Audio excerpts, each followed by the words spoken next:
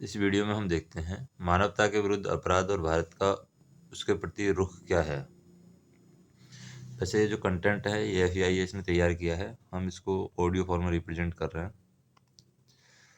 तो इसमें कुछ पॉइंट्स हम देख लेते हैं कि मानवता के विरुद्ध जो भी इंडिया में अपराध चल रहे हैं उसके बारे में इंडिया जो है क्या सोच रहा है, क्या इंडिया की थिंकिंग है, क्या इंडिया की अप्रोच है।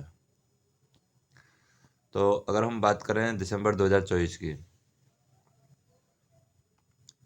दिसंबर 2024 को संयुक्त राष्ट्र महासभा ने मानवता के विरुद्ध अपराध जैसे कि क्राइम अगेंस्ट ह्यूमैनिटी संधि की रोकथाम और दंड संधि से जुड़ा एक प्रस्ताव पारित किया है। ये प्रस्ताव पारित हुआ है दिसंबर 2024 में। किसने पारित किया है? संयुक्त राष्ट्र महासभा ने पारित किया है, ताकि मानवता के विरुद्ध जो भी अपराध हो रहे हैं उनकी रोकथाम की जा सके और उसके लिए किस तरीके के दंड दिए जाने चाहिए उसके बारे में ये जो संधि है या जो प्रस्ताव है ये संयुक्त राष्ट्र महासभा ने दिसंबर 2024 में पारित किया है। ऐसे अपराधों के लिए अभी तक कोई भी समर्पित संधि नहीं थी जिससे अंतर्राष्ट्रीय आपराधिक न्याय की कानूनी संरचना में जवाबदेही के मामले में कुछ ठोस कदम यहाँ पर उठाए जा सके। इंटरनेशनल क्रिमिनल कोर्ट का अधिकार क्षेत्र जो है वो बहुत सीमित रहा है। इससे गैर सदस्य देशों में मानवता के विरुद्ध हो रहे अपराधों पर दंड देना मुश्किल हो रहा है। यह संधि मानवता से जुड़े भुखमरी, लैंगिक भेद, जो भी जबरन गर्भपात होता है, परमाणु हथियारों के प्रयोग, आतंकवाद, प्राकृतिक संसाधनों के दोहन और मूल निवासियों के विरुद्ध अपराध, इन विषयों को शामिल करने के लिए भी ये प्रस्तावित की गई है।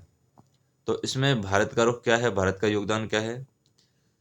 भारत रोम संधि का पक्षधार जो भी है, जो रोम में जो ये संधि की है गई है, इस संधि का पक्षकार भारत नहीं है।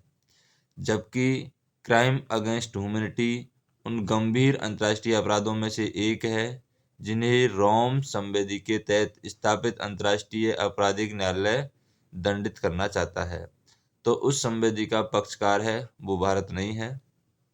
भारत का तर्क है कि केवल सशस्त्र संघर्षों के दौरान किए गए अपराधों को युद्ध अपराध माना जाना चाहिए। ये भारत का मानना है कि जो भी अपराध शस्त्र के माध्यम से किए जा रहे हैं उन्हीं अपराधों को युद्ध अपराध माना जाना चाहिए, बाकी चीज़ों को अपराध नहीं माना जाना चाहिए। ये भारत का इसमें तर्क है, इसलिए भारत है इस रोम संधि का पक्षकार नहीं है। भारत इस संधि के प्रति प्रतिक्रिया रोम संधि या इंटरनेशनल क्रिमिनल कोर्ट के प्रति उसके विरोध के अनुरूप है कि भारत इन सब चीज़ों में योगदान नहीं दे रहा है, क्योंकि भारत का मानना है कि सशस्त्र संघर्षों के दौरान किए गए अपराधों को युद्ध अपराध मानना चाहिए।